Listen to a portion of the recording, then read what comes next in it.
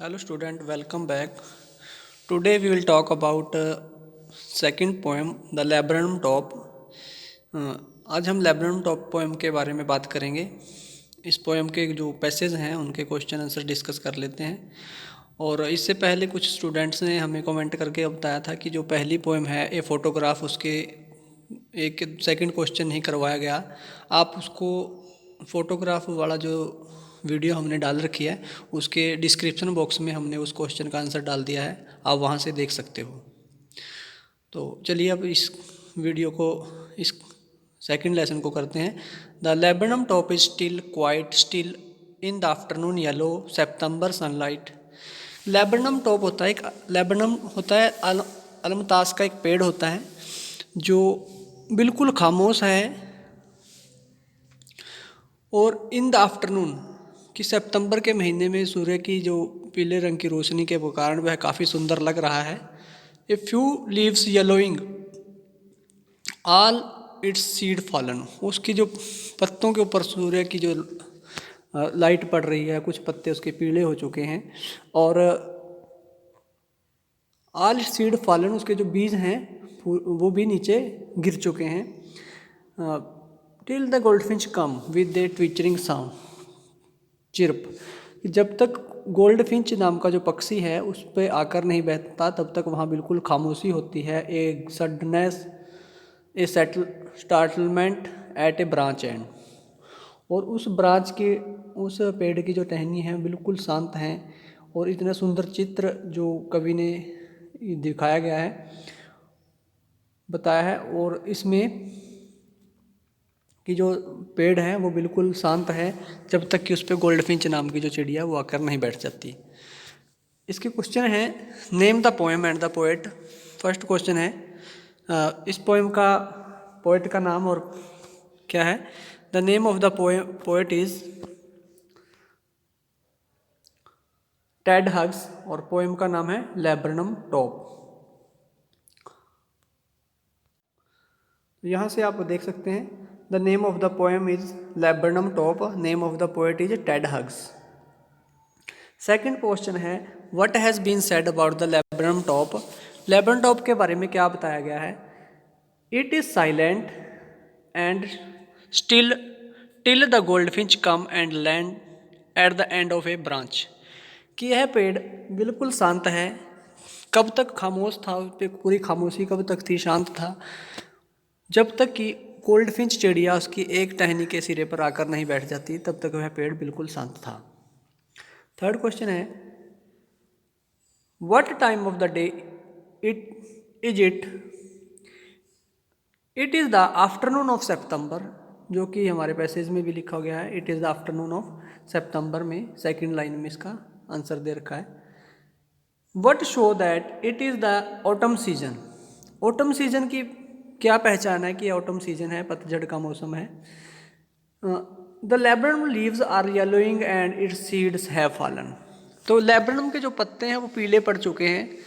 यह दिखाता है कि यह पतझड़ का मौसम है और उसके पत्ते जो हैं वो नीचे गिर चुके हैं. जो इसके बीज हैं उसके ऊपर वो सभी नीचे गिर चुके हैं. तो ये पतझड़ के मौसम की निशानी है. नेक्स्ट क्वेश्चन है what sound does the goldfinch make. Goldfinch किस तरह की आवाज़ करती है. She make a twitchering chirp. तो जो गोल्डफिंच है वह चें चें की आवाज़ करती हुई अपने उस पेड़ की तरफ आती है. Where does the goldfinch land what happen then. तो गोल्डफिंच कहाँ बैठती है, उसके बाद क्या होता है. तो the she land at the end of a branch.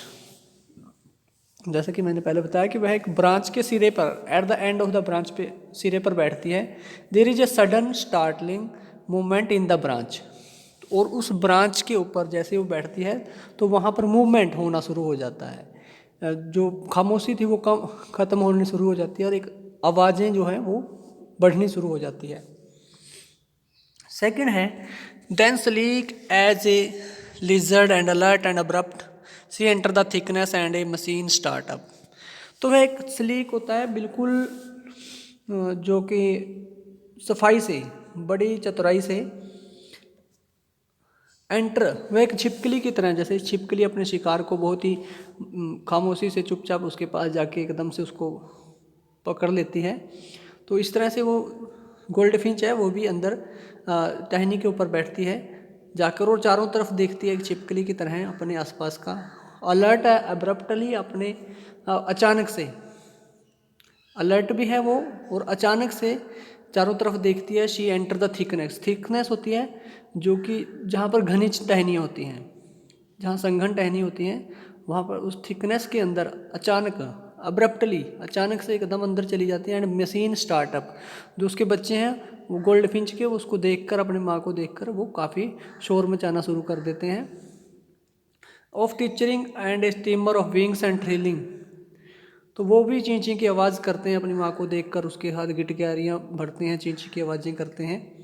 और वहाँ पर एक सनसनी सी जो आवाज़ें आनी शुरू हो जाती हैं और एक थरथराहट की आवाज़ जो है वहाँ शुरू हो जाती है। The whole tree tremble and thrills, सारा पेड़ जो है ऐसा लगता है जैसे कांपने लग गया। It is the engine of her family, तो ये आवाज़ें जो हैं उसकी गोल्ड फिंच के जो परिवार का बच्चे हैं उनके एक इंजन कहा गया है कि वो इंजन स्टार्ट हो जाता है, उस इंजन की ही आवाज़ शुरू हो जाती है।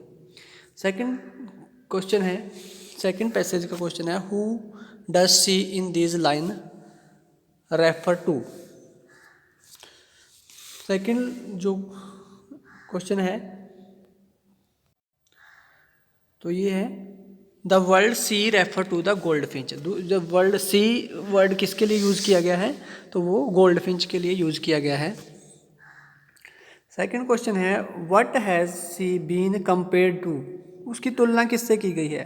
देखो फर्स्ट लाइन में लिखा गया she sleek as, then sleek as a lizard, lizard होता है छिपकली, तो उसकी जो तुलना की गई है, कंपैरिजन किया गया है, she has been compare to a lizard, lizard छिपकली के साथ उसकी तुलना की गई है, कंपेयर किया गया है। What is the point of comparison, किस आधार पर कंपैरिजन किया गया है। The sleek movement of the gold finch has compared to that of a lizard, कि स्लीक बिल्कुल ही जैसे कि बताया गया था कि स्लीक सफाई से, बिल्कुल चुपके से, जैसे एक गोल्ड फिंच भी वैसे ही आती है जैसे कि छिपकली अपने शिकार को चुपके से जाकर पकड़ती है, तो गोल्ड फिंच भी उसके साथ कंपेयर किया गया है।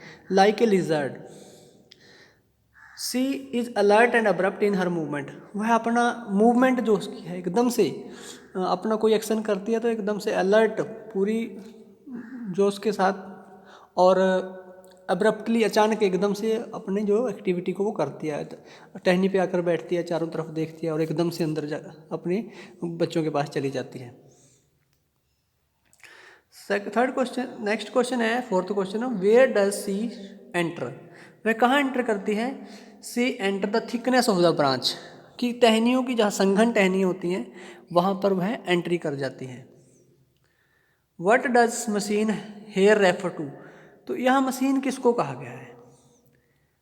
It refer to the group of gold finch young one, तो मशीन किसे कहा, इट रेफर टू किसके लिए यूज़ किया गया है, it refer to the group of gold finch, gold finch चिड़िया के जो यंग वन होते हैं बच्चे, कि जो गोल्ड फिंच चिड़िया के बच्चे हैं उनको, उनके लिए यूज़ किया गया है।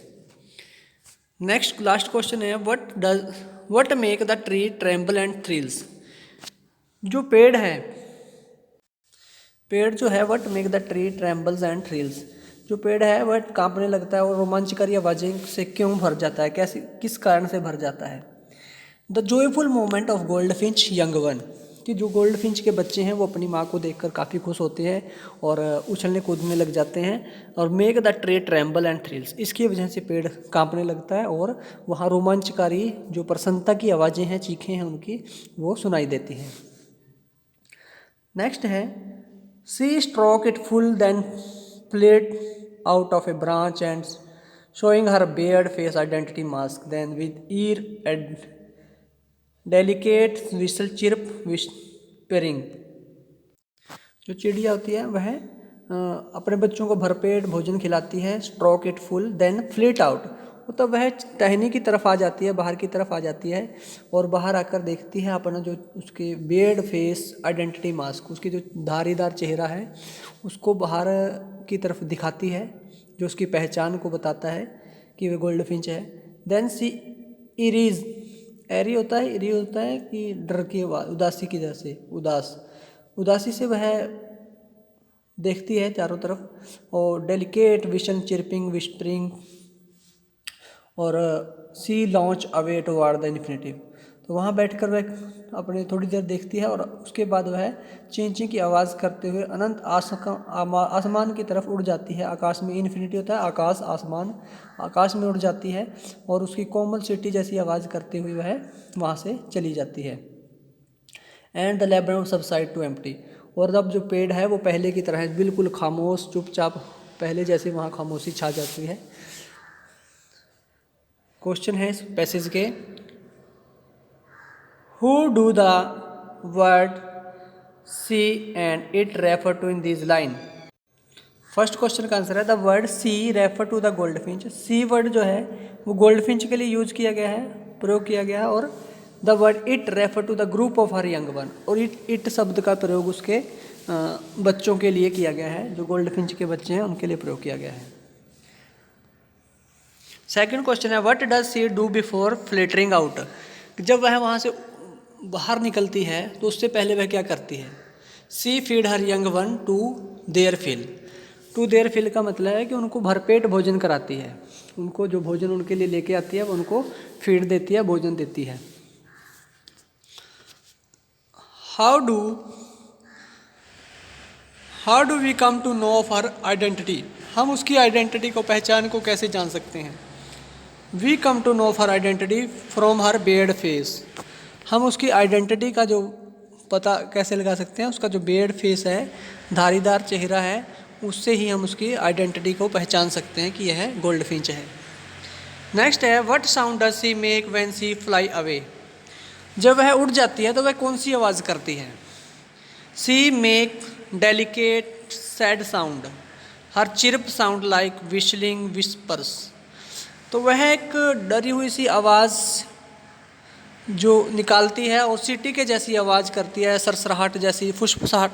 उसकी जो आवाज़ होती है पूरी खुल के आवाज़ नहीं आती, वो बिल्कुल डरी डरी सी आवाज़ होती है। चिर्प साउंड लाइक विशलिंग विसर्प, वो इस तरह की आवाज़ करती है बिल्कुल ही, जो कि फुसफुसाहट की आवाज़ होती है। लास्ट क्वेश्चन है how does the laburnum look after she has flown away. It is all silent and quiet once again, कि लेब्रम जो है कैसा दिखता है जब वो उड़ के चली जाती है। It look silent quiet once again, एकदम फिर से वहाँ खामोशी छा जाती है, शांति छा जाती है, क्वाइट और शांत हो जाता है वहाँ का जो इन्वायरमेंट है, वो बिल्कुल खामोशी छा जाती है। तो ये थे क्वेश्चन आंसर इस पैसेज और question answer labrum top poem के। तो हम नेक्स्ट वीडियो में इसकी क्वेश्चन आंसर डिस्कस करेंगे। अगर कोई क्वेश्चन रह जाता है तो आप कमेंट करके बता भी सकते हो, और हम उसको फिर वीडियो में तो नहीं डालेंगे, तो हम उसके जो डिस्क्रिप्शन बॉक्स है उसमें हम उस क्वेश्चन का आंसर डाल देंगे, आप वहाँ से देख सकते हो। Have a good day.